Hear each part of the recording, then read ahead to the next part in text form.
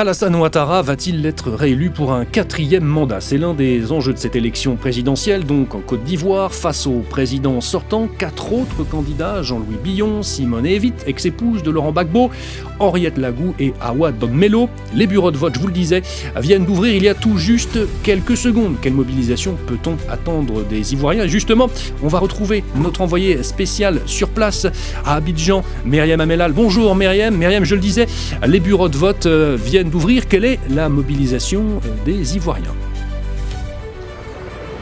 Alors les bureaux de vote viennent d'ouvrir comme vous le dites, mais ce n'est pas encore tout à fait prêt, ça se prépare tranquillement. Nous nous trouvons actuellement à l'école CBGC de Trècheville, un quartier d'Abidjan, une école générale où il y a un bureau de vote, vous pouvez le voir derrière moi. Tout se prépare encore, tout n'est pas encore prêt pour accueillir les électeurs. Les kits ont été livrés à 7h30 heure d'Abidjan, les kits du matériel électoral, 7h30 heure d'Abidjan, 9h30 heure de Paris, c'est-à-dire une demi-heure avant l'ouverture des bureaux de vote. Nous avons pu constater que les agents préparaient les salles de classe, balayaient, préparer les tables pour pouvoir installer ce matériel électoral. Donc tout se prépare doucement. Nous avons aussi des informations du terrain du quartier de Youpougon, quartier populaire, commune populaire d'Abidjan, le quartier de Kouté où se trouve notre reporter Samia Metnani qui est reporter au service de vidéo mobile de France 24. Elle nous dit que dans ce quartier de Kouté, le bureau de vote où elle se trouve, le matériel électoral n'a toujours pas été livré. Donc vous voyez, ça se prépare doucement, tranquillement.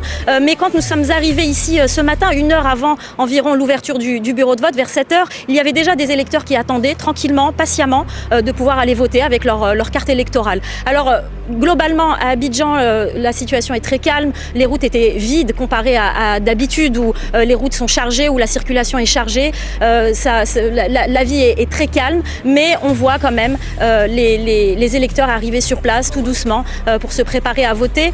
Juste pour vous donner cette précision, si les kits électoraux ne sont pas arrivés, les bureaux de vote ne sont pas encore prêts, c'est que le matériel électoral a été livré ce matin. C'est un choix des autorités dans certains bureaux de vote par peur d'actes de vandalisme sur ce matériel électoral qui pourrait retarder l'ouverture de certains bureaux de vote. Hier, nous avons été à la Bibliothèque nationale du Plateau, un centre de vote également, où se trouvent 2 bureaux de vote, où a été livré, nous avons assisté au déchargement du matériel électoral pour toute la commune du Plateau.